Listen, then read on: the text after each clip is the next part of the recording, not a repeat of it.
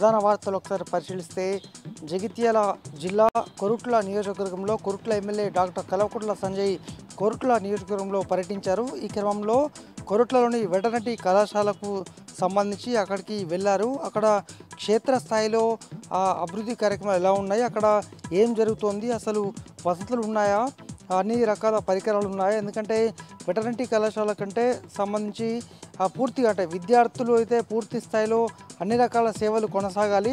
వాళ్ళే రేపు భవిష్యత్తుకు సంబంధించి అనేక రకాలుగా వాళ్ళు అందుబాటులో ఉంటారు. ఈ క్రమంలో వారికి సేవలు అందుతున్నాయా, వారందరికీ అన్ని రకాల కూడా వసతులు ఉన్నాయని ఈ సందర్భంగా కనుక్కున్నారు. దీనికి విద్యార్థులు ఇంకా కొన్ని మౌలిక సదుపాయాలు కల్పించాలని కూడా ఈ సందర్భంగా కోరడం జరిగింది. ఈ సందర్భంగా ఎమ్మెల్యే మాట్లాడుతూ వెటర్నరీ కళాశాల అంటే విద్యార్థులకు సంబంధించి ఉదయం లేస్తేనే అవసరం ఉండేటువంటిది వెటర్నరీ విద్యార్థులే. వాళ్ళ సేవలు మనకు అత్యంత అవసరము. వాళ్ళంతా కూడా ఉన్నతంగా తీర్చిదిద్దిన తర్వాత వారందరినీ కూడా కాపాడుకుంటాం.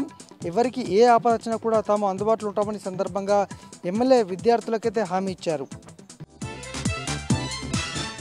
ఇక మరొక వార్త, జగిత్యాల జిల్లా వ్యాప్తంగా జగిత్యాల జిల్లా ప్రధానమైనటువంటి వార్త, వీడీసీ సభ్యులు ఆగడం లేదు.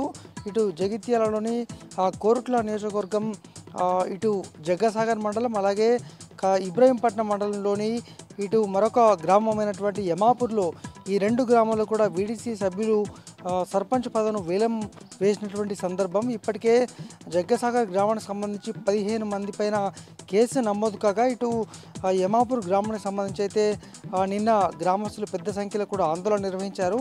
తమకు న్యాయం చేసే వరకు కూడా వదిలిపెట్టేది లేదు. ఎందుకంటే వీడీసీ సభ్యులు ఏకపక్షంగా ఏ విధంగా చేస్తారు, పోటీలో ఉన్నటువంటి అభ్యర్థి ఉన్నప్పటికీ కూడా కాదంటూ మీరు ఏ విధంగా ఏకగ్రీవం చేస్తారంటూ వారంతా ఆందోళన నిర్వహించారు. మరి దీనిపైన జిల్లా అధికారులు ఎటువంటి చర్యలు తీసుకుంటారనేటువంటిది చూడాల్సి ఉంది.